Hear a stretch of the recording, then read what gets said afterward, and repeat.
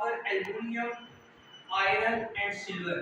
ठीक है, gold is a very good conductor as compared to copper, aluminium, iron and silver और platinum. अच्छा, अब बात व्हाई वेर वी मतलब क्यों हम गोल्ड नहीं इस्तेमाल करते।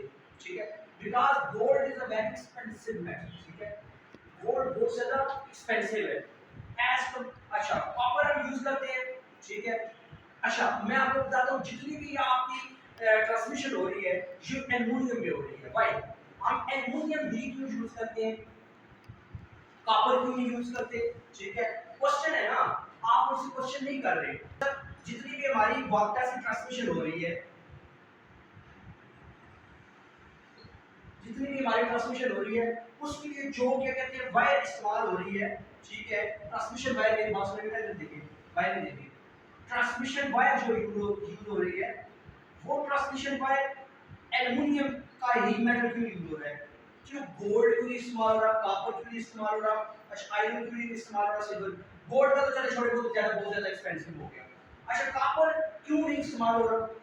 अच्छा वजह आपको पता है, जो ट्रांसमिशन है वो बेटा इधर देखिए बोर्ड पे, ट्रांसमिशन जो है वो बहुत बड़े एरिया के अंदर होगी। ठीक है, मिसाल के ऊपर हाइड्रो पावर प्लांट से ट्रांसमिशन हुई ना, मेरी बात सुने, जनरेशन हुई सॉरी, मैं कह देता हूं जी चीना वाली हाइड्रो पावर प्लांट है,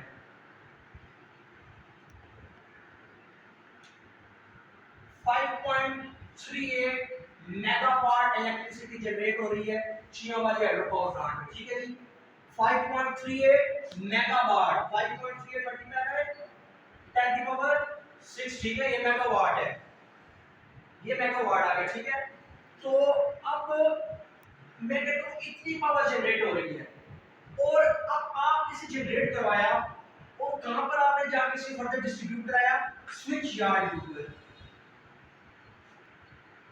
किसी भी ग्रिड स्टेशन के स्विच यार्ड पे आपने इसको फर्दर डिस्ट्रीब्यूट करवा दिया। उधर से आपने क्या किया, इलेक्ट्रिसिटी को क्या किया जी बेटा, इलेक्ट्रिसिटी को आपने क्या किया, डिस्ट्रीब्यूट करवाया, ऐसे किया। ठीक है, आपने वहां से डिस्ट्रीब्यूट कराया, उसे स्टेप डाउन किया, क्या किया जी बेटा, वहां पर पहले तो आपने क्या किया, वहां पर उसे 11 केवी के अंदर कन्वर्ट किया। बात सुनिए ना, बात सुनिए, 11 केवी का कंट्रोल रूम होता है स्विच यार्ड में। ठीक है, उसने क्या किया, फर्दर इसे स्टेप डाउन किया, यहां पर पावर ट्रांसफार्मर लगे होते हैं, यहां पर भी पावर ट्रांसफार्मर लगे होते हैं। अच्छा यहाँ पर जो मतलब हाइड्रो पावर प्लांट है, यहाँ पर भी पावर ट्रांसफार्मर लगे होते हैं। ये क्या करते हैं, इनका पावर ट्रांसफार्मर का क्या काम है, इलेक्ट्रिसिटी को,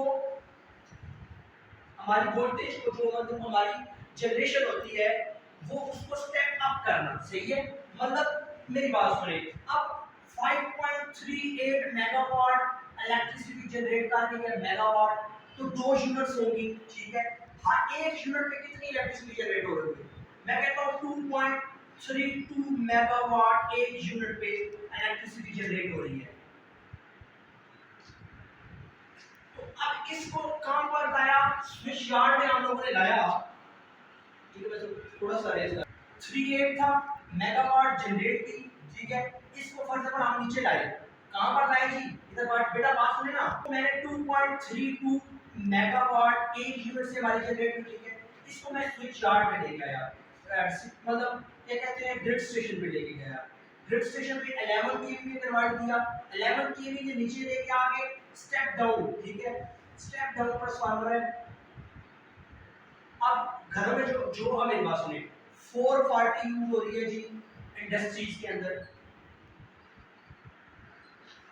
और 220 यूज हो रही है घरों में, वोल्टेज ना 440 वोल्ट और 220 वोल्ट घरों के लिए यूज हो रही है, हमारा कमर्शियल यूज के लिए,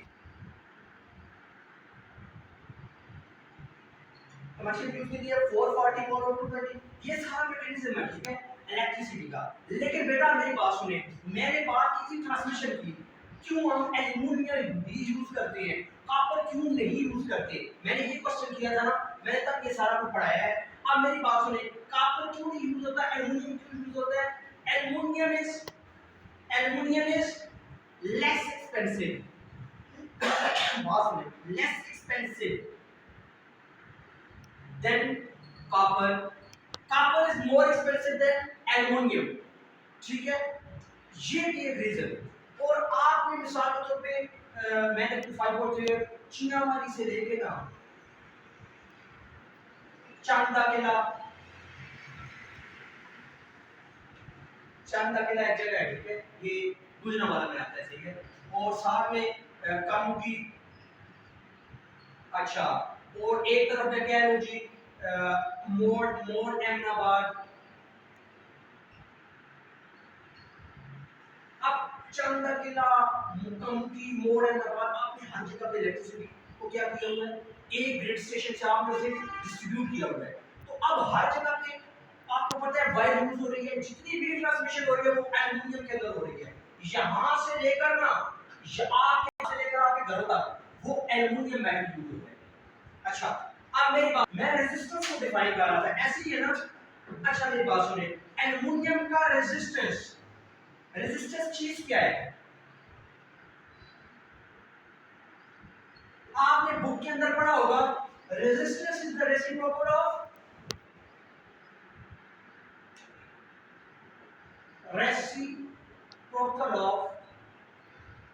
कैपेसिटेंस, ऐसे ही है। ये पहला पॉइंट पढ़ा होगा। दूसरा पॉइंट पढ़ा होगा, opposition offered by opposition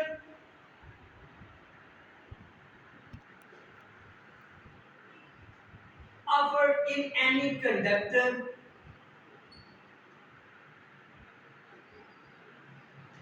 opposition offer करता है किसी भी कंडक्टर में, why ये करंट को पास नहीं होने देता, इट रेजिस्ट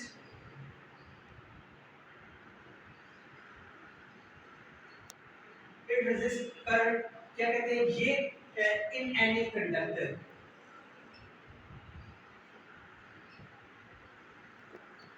ये डेफिनेशन होगी, resistance is the reciprocal of capacitance, opposition offered in any conductor, it resist current in any conductor. क्या कहते हैं ये किसी भी कंडक्टर में मतलब क्या करता है, ऑपोजिशन ऑफर करता है। मिसाल के तौर पे कोई ऑपोजिशन क्या है, देखिएगा यहां पर मैंने इसे दिया पोटेंशियल डिफरेंस, मैंने मिसाल के तौर पे एक स्विच लगाया हुआ है, मैंने इसे ऑन किया, क्या हुआ, इस कंडक्टर के अंदर इलेक्ट्रॉन्स हैं, ये बैटरी है, ये के सारा positive terminal, current move from positive terminal to the negative terminal, ठीक है, when we applied any source on it, ठीक है, a complete closed path, बात सुने बेटा, खेले नहीं इधर देखिए, क्या हुआ, यहां से इसके ऊपर पोटेंशियल डिफरेंस एग्जर्ट किया, इन्होंने एक दूसरे के ऊपर फोर्स एग्जर्ट की, क्या हो गया, मेरा कहने का मतलब क्या है, रेजिस्टेंस चीज क्या है, हर एक कंडक्टर की अपनी अपनी रेजिस्टेंस होती है, ठीक है, कोई भी कंडक्टर ऐसा नहीं है जिसकी रेजिस्टेंस भी होगी, कैपेसिटेंस भी होती है, रेजिस्टेंस भी होती है, ठीक है। अब ये उनके रेजिस्टेंस समझ आइए, रेजिस्टेंस इज डिनोटेड बाय, इधर देखिए ना, resistance is denoted by small r, या ये r कह सकते हैं, रेजिस्टेंस r से डिनोट होता है, ठीक है। Unit of resistance is ohm, नहीं sorry, ohm is the resistance. अच्छा, तीसरा मैंने क्या पढ़ाया था ओम लॉ के अंदर, आगे बढ़ते हैं, क्या चीज होती है, V is equal to I R था ना, V is directly proportional to I, जितनी ज्यादा वोल्टेज होगी उतना ज्यादा हमारा करंट बढ़ जाएगा, सही है, यही है ना, कि जैसे जैसे वोल्टेज बढ़ती जाएगी वैसे वैसे हमारा करंट बढ़ता जाएगा, ये ओम लॉ है। रेजिस्टेंस क्या है, रेजिस्टेंस क्या है, रेसिप्रोकल ऑफ कैपेसिटेंस, जो कि ऑपोजिशन ऑफर होती है किसी भी कंडक्टर में, कि जो करंट को पास करते हुए जो रुकावट पैदा हो किसी कंडक्टर में, उसको रेजिस्टेंस कहते हैं। बात समझ आई? अब मैं आपको छोटी सी बात करता हूं, मैग्नेटिक फील्ड क्या होती है, हमारा एक टॉपिक था मैग्नेटिक फील्ड, ऐसे ही है जो हमने ओम लॉ समझ आ गई, मैग्नेटिक फील्ड और इलेक्ट्रिक फील्ड चीज है। मिसाल के तौर पे मेरे पास एक, मैंने एक वायर ली, ठीक है, एक कंडक्टर